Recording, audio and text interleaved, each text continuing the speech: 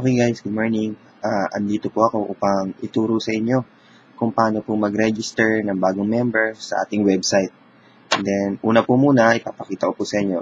Once na na-register po kayo, or bago mag-register, meron po kayong ganitong card na ibibigay po sa inyo ng inyong upline, or meron pong mga serial number na ibibigay sa inyo upang inyong gamitin. Kadalasan po ito ay nakasulat sa may likuran. Inyo pong mapapansin. Meron po siyang security PIN, tsaka ID number. Yung ID number po, it's yung magiging user ID. And then, ano po ba kadalasan dapat ingatan natin bago magrehistro ng bago pong miyembro? Kadalasan kasi, yung iba, sulat na lang, register na lang ng register sa internet. Kaya minsan, nagkakaroon po ng problema. Minsan, iba yung lugar, nakakalimutan yung password. Well, advice ko po muna, bago nyo po muna kayo mag-encode, it's kausapin nyo yung bago nyo miyembro. It's either ma-fill upan nyo tong form, or tanungin nyo siya yung mga basic information. At least isulat nyo po muna sa form.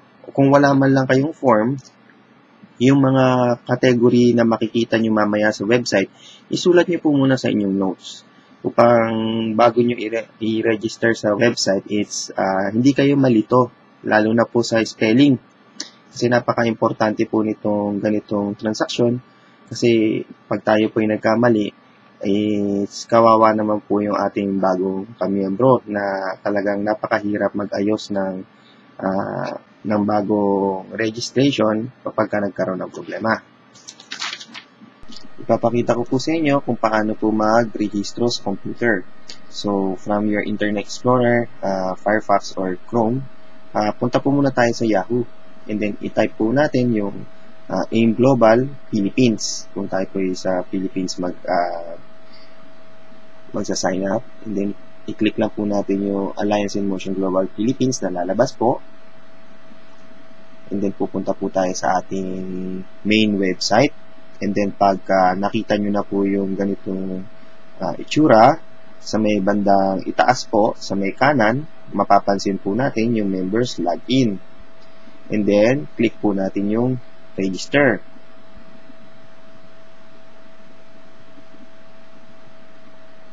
Pagka-click ng register, makikita na po natin yung kaninang mga information na nandun sa may application form. Yung name, birthday, gender, marital status, email, then sponsor ID, upline ID, yung username, user ID. Maaari rin po tayong gumamit ng cellphone. Kung cellphone po ang gagamitin natin, i-type lang po natin sa Yahoo yung redundant AIM Global sa ating Safari, or kung tayo naka-iPhone. And then, i-click lang po natin yung lalabas doon. And then, lalabas na rin po yung kagaya kanina, yung may register. Click po natin at maaari na po rin tayong makapag-register through our cellphone. Okay guys, paliwanag ko po ngayon yung placement information, sponsor ID and upline ID. Ano nga ba ang ibig sabihin nito? Sponsor ID is ibig sabihin kayo po yung nakapagpasali sa bago pong miyembro o bagong downline. And then yung upline ID, ito po yung placement na kung saan nyo ilalagay po yung bagong sali. It's either nasa left o nasa right. And then meron po akong drawing dito. Sana po maintindihan nila. Pagkabagong sali ka pa po, wala pa po ito. Ayan. And then, ang tawag po sa inyo, it's sponsor.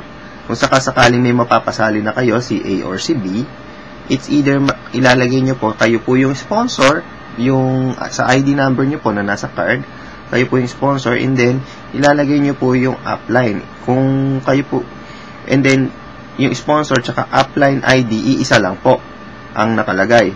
So, mamimili kayo si A, si B kung sa left siya o sa right. And then, what if kung halimbawa may mapapasali ka pa na halimbawa, ganyan nga po, meron ka ng A. And then, ilagay ko po dito muna si C, halimbawa. Kasi wala na pong paglalagyan sa binary, it's either left or right. Ngayon, ang sponsor ni C, kayo pa rin po, si number 1. So, ilalagay nyo po doon sa sponsor ID is yung number 1 nyo po. And then, yung upline po, isusulat nyo na po yung number ni A. Halimbawa po, number 2. Mamimili kayo left or right. Kagaya po nito, nilagay ko siya sa right. Pwede rin naman po sa left kung wala pong nakalagay. Kaya sana po mag-ingat tayo sa mga ganitong paglagay ng tao. Kaya bago po kayo mag-register, silipin nyo po muna yung DTC nyo kung isulat nyo yung number nyo or yung placement na kung saan siya dapat po ilagay. And then, okay, dako naman po tayo sa activation information, yung username and password. So, dito po yung parang Facebook, kung anong gusto nyo maging login name, yun po yung ilalagay nyo sa user. So, it's either, sample sa akin, yung Japinoy, yun yung nakalagay, and then mamili kayo ng password. Yun talagang matatandaan nyo. And then, 2 times nyo pong i-input ito. Mas maganda po, ilagay nyo talaga sa memo nyo kung may cellphone kayo, or ipaalam nyo sa upline nyo, para pagka in case na makalimutan, may mapapagtanungan kayo. Dahil if ever na ma-lost nyo yung password nyo, kailangan po itanong uli sa office. Napakahirap pong proseso pagka nakalimutan po yung password. And then, user ID. Yung user ID po, kanina yung pinakita ko sa card, yun po yung pinakaibaba. Yung nandito na po, ingat lamang po kayo sa number 0, kasi para siyang O minsan. And then yung sa G, mukha rin siya kasi 6. Kaya minsan doon nagkakalito. Pero even though na i-encode mo ng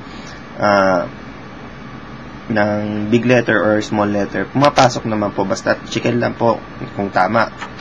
At once po na na-save nyo na, lalabas po itong please confirm your registration. Lalabas po yung pangalan ng sponsor at kung sino ang apply niya o saan nyo siya nilagay.